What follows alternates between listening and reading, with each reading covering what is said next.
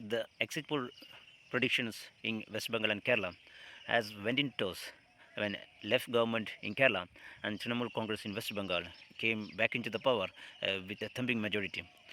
Now, today we are going to discuss what are the factors or what were the trump cards which caused the left government in Kerala to come back into the power with thumping majority.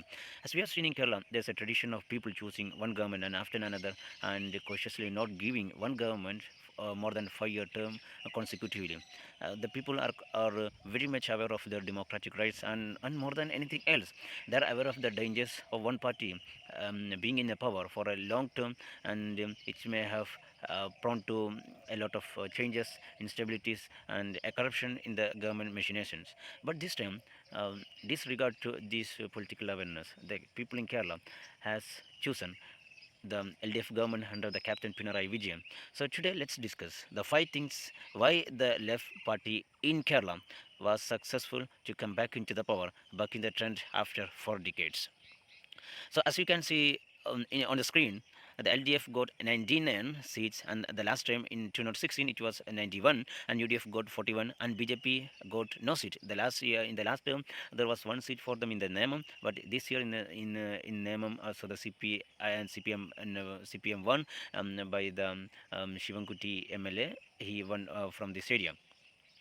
So you can see on the screen the statistics given of the assembly elections in 2016 and 2011. So in 2011, the UDF came into the power, then Congress got 38, then Indian Union Muslim League got 20, and others 14. That means those belong to the UDF's camp. And here in 2016, when CPM came into the power under Captain Pinarayi Vijayan, they got 58, and then CPI 19. And this year, CPI tally got reduced by 2, and this year they could get only 19. But anyhow, in 2009, in 2016, the CPM came into the power under the wave anti-incumbency against the ruling Congress-led UDF alliance for corruption allegations and sex scandal and a lot of other issues. And in 2021, as we know, there was a lot of factors which may have caused a dent in the electoral hopes of the CPM-led LDF, and for example, gold smuggling issue, and then backdoor appointment of relatives, and then mismanagement of corona, Nipah virus, and stifling of dissent across the state, and swindling away the money meant for rehabilitation after two devastating floods. But the Kerala people has forgotten all these and the incumbency factors, and chosen the left government with thumping majority. Now let's see what are the factors that decided that was very decisive in choosing the left government for the next consecutive term. So again, you can on the screen you can see the party-wise statistics of the election results. So say in 2021 CPM got 62, but in 2016 it was only 52. They got four more seats, but CPI lost two. And Congress in 2016 got 22, but in 2021 the tally was reduced, and they got only 21. The IUML which got in 2016 18 seats, in 2021 assembly election they got only 15. So here, let's discuss five things about this election. The first thing, Chief Minister Pinarayi Vijayan is the only Chief Minister in Kerala to be re-elected and the first to continue in office after completing a full term. So the major point is here is the third chief minister to be re-elected and only the first one to continue in office after completing a full term. So after before for 4 decades ago in 1977, the chief minister of the then chief minister came back into power, but he was not a full-time chief minister. He was chief minister for less than 1 year, and then he was got elected after that. But chief minister is the only chief minister in Kerala's history to be re-elected after completing full 5 year term, and is only third chief minister in Kerala's history to be re-elected.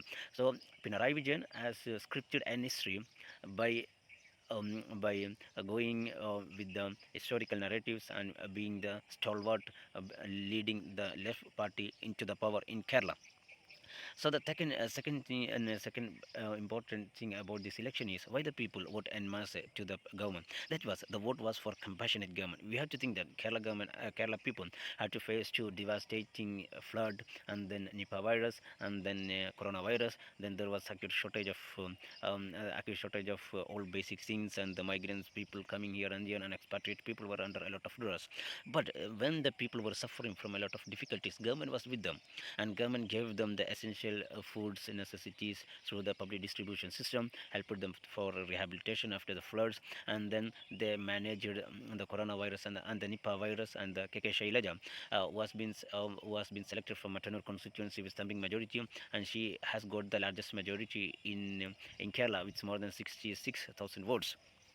So the government was with the people, and we have seen the chief minister and the health minister addressing the people day by day when the state was in the grip of coronavirus, and that gave a inner confidence for the people that this government is essentially is with the people, and they were working for the welfare of the people, and unlike other political parties and political leaders, they are not teaching the people, they are not teaching the people when the people need them more, and this gave a sense of confidence in the government when the state and the country is in the grip of the second wave of corona. So this vote essentially is vote for compassionate government, which helped the people, which was with the people, and all the time their concern was the welfare of the people.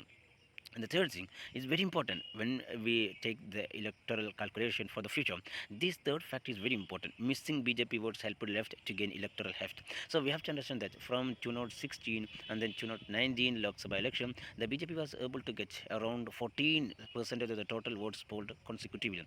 So on trot, they have been getting around 14 to 15% of the votes in each and every election after 2016 assembly election of Kerala. But this time the vote percentage of the BJP got reduced by more than 3 percentage, and they got only around 11 percentage of the total votes polled in the state.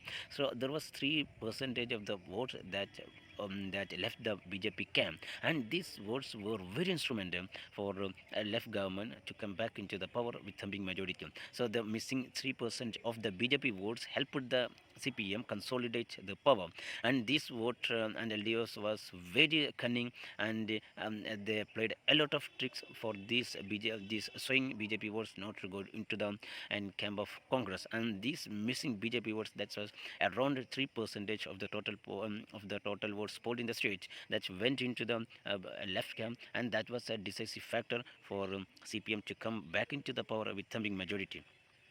And then the fourth one, the minority consolidation behind the left, is very important. So when we study about the minorities in the state, there are two very important minority groups. One is Muslims and another one is Christians. So after KC Kerala Congress Mani ditched the Congress and went along with the CPM in Kerala, there was a substantial sea changes in Kerala politics, and that was evident as expected in the electoral outcomes of Kerala. So in the southern parts of the country, there is a predominance of Christian groups, and Kerala Congress Money has a tighter grip on this area. This area voted en masse for the LDF, although the KCM Kerala Congress Money leader, chairman Jose K. Mani failed in his seat, but however the changeover of Kerala Congress money from the Congress-led UDF to CPM-led LDF was very crucial in consolidating the vote bank, Christian vote banks in and around southern regions of Kerala. And the next thing, when we discuss about the Muslims, they were giving votes either to Congress or the CPM according to the merits of the candidates. But this year, the Muslims voted en masse to the LDF. That we can see even in the strongholds of the Muslim League, where the candidates were used to win with more than 20,000, 30,000 majority. But this year the majority got reduced only to 10,000 and even less than 10,000. And in areas like Bepur and other Muslim dominated areas, the Muslims voted completely for the left government. And why the Muslims and particularly voted for the left government is a fodder for thought. That was because the left government party was with them when there was CAA, NRC controversies, and the left government tried everything to counter the narratives of the center, and then put a strong challenge to the center's directives to go to push this controversial CAA, NRC bills in India. So the CPM leading from the front gave a conference for the minority community to put trust in Pinarayi Vijayan-led government in Kerala. And the fifth one, the left was successful in conserving the traditional vote banks which lost after Shabarimala issue. And this is also very important, and for those who keenly watch the Kerala politics, and in 2019 general election, out of 20, CPM or the LDF got only one seat, that was in the southern region. But in 2021 state assembly election, the LDF was able to sweep across the state. Why? The 2019 election was right after the Shabarimala issue, and then there was huge antipathy among the voters against the progressive attitude taken by the CPM, and the communal polarization initiated by the BJP, saying that this government is against Hindus and this government want to appease the Muslim by diluting the traditions of the Hindus. And this was a very important factor for leading Congress into success in 19 out of 20 Lok Sabha constituencies in Kerala. But in 2021, the left was able to fend off all these allegations against this Hindu, hurting the Hindu sentiments and appeasing the Muslim minorities, and this helped them to get back the Dalit lower caste votes like Iyava and other lower caste votes which went into the BJP after the after the Shabarimala issue.